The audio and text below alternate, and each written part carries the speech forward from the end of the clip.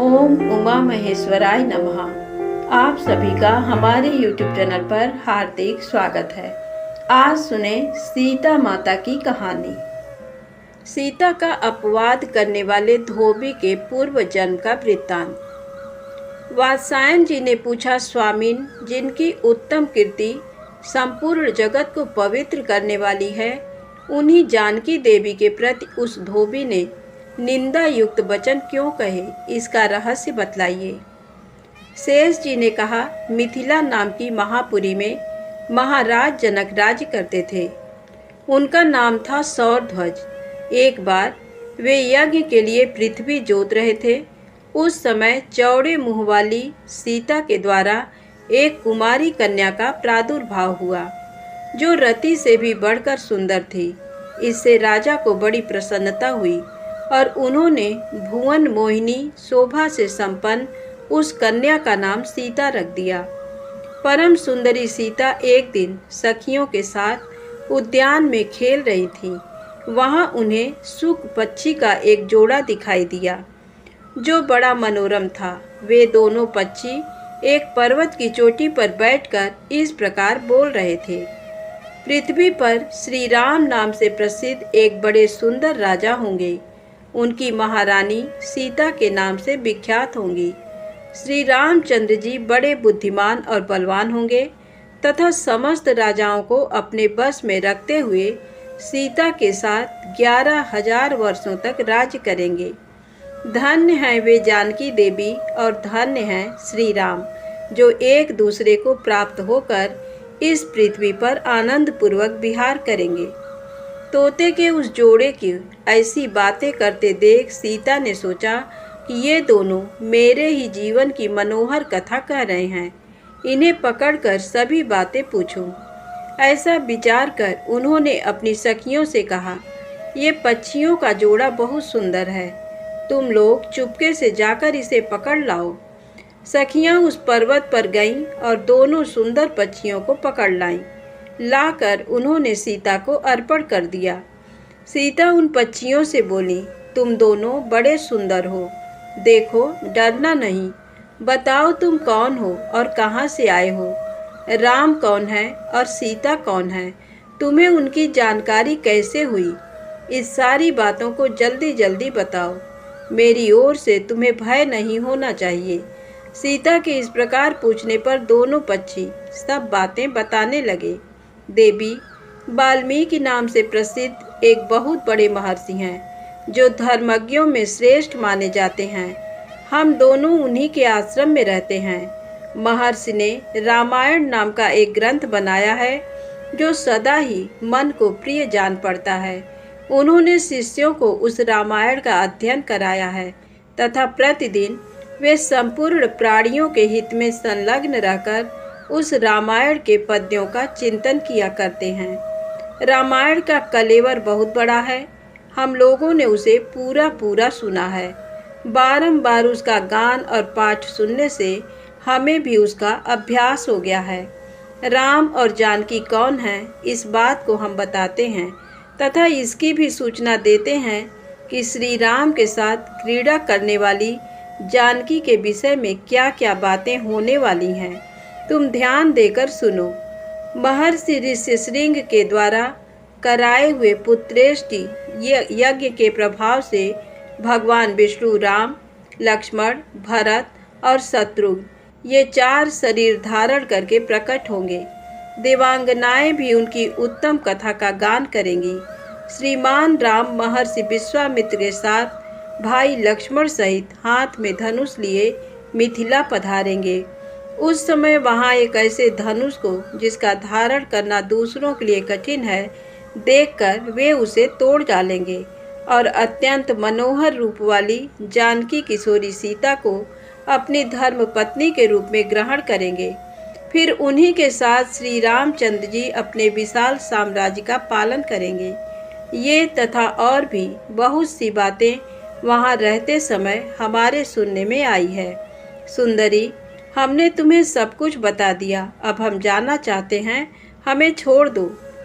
कानों को अत्यंत मधुर प्रतीत होने वाली पक्षियों की ये बातें सुनकर सीता ने उन्हें मन से धारण किया और पुनः उन दोनों से इस प्रकार पूछा, राम कहाँ होंगे, किसके पुत्र हैं और कैसे वे दूल्हा बेश में आकर जानकी को ग्रहण करेंगे तथा मनुष्यावतार में उनका श्री विग्रह कैसा होगा।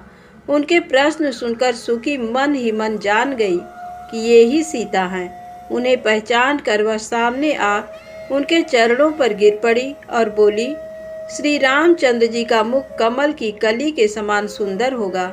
नेत्र बड़े बड़े तथा खिले हुए पंकज की शोभा को धारण करने वाले होंगे। नासिका ऊंची पतली और मनोहारिणी होगी। दोनों भवें सुंदर ढंग से परस्पर मिली होने के कारण मनोहर प्रतीत होंगी। भुजाएं घुटनों तक लटकी हुई एवं मन को लुभाने वाली होंगी। गला शंख के समान सुशोभित और छोटा होगा। वक्षस्थल उत्तम चौड़ा एवं शोभा संपन्न होगा।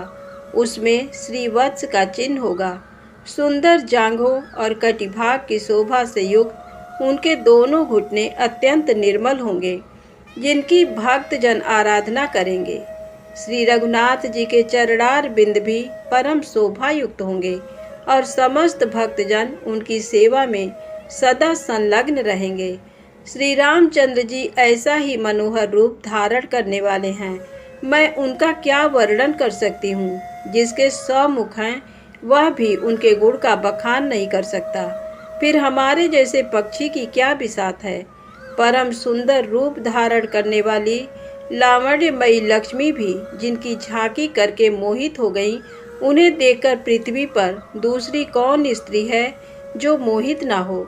उनका बल और पराक्रम महान है। वे अत्यंत मोहक रूप धारण करने वाले हैं।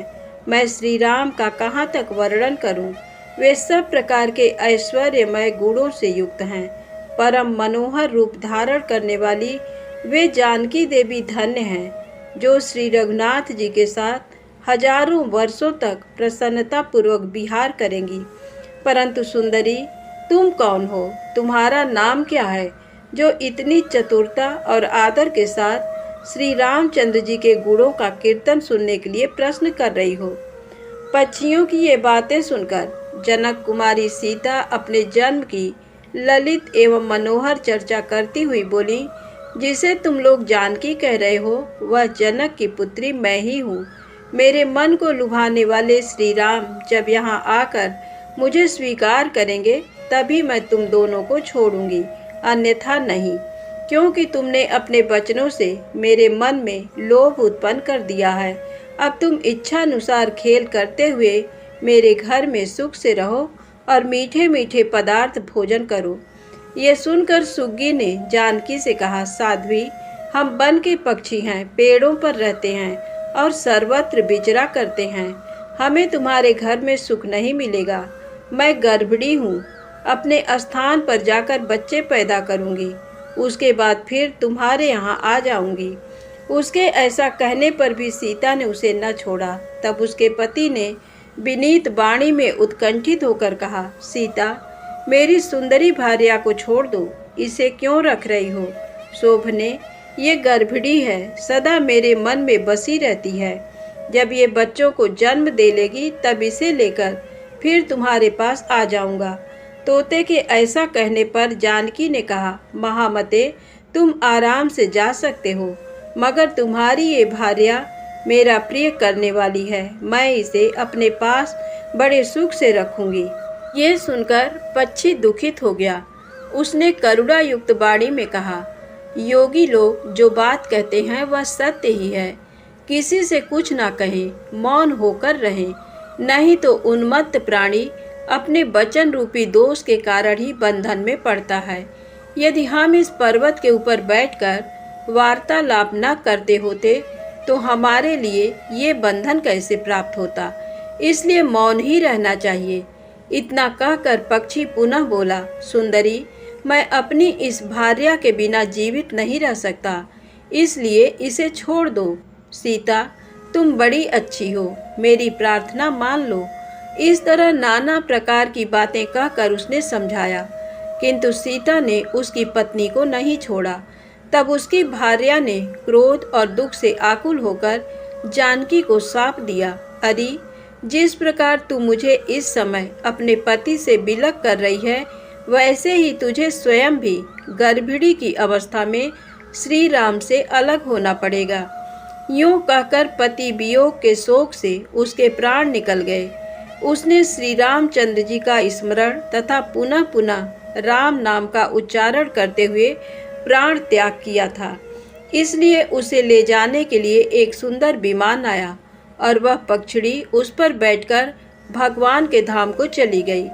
भार्या की मृत्यु हो जाने पर पक्षी शोक से आतुर होकर बोला, मैं मनुष्यों से भरी हुई श्री राम की नगरी अयोध्या में जन्म लूंगा तथा मेरे ही वाक्य से उद्वेग में पड़कर इसे पति के वियोग का भारी दुख उठाना पड़ेगा।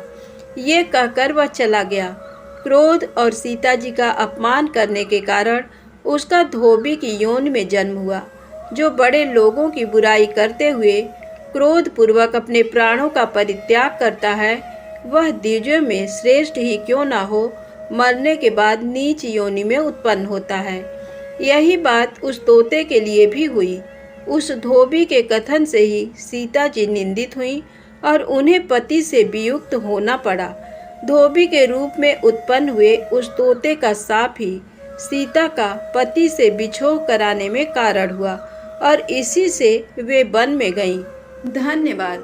कहानी अच्छी लगी हो तो कृपया मेरे चैनल को लाइक सब्सक्राइब अवश्य करें। जय माता दी।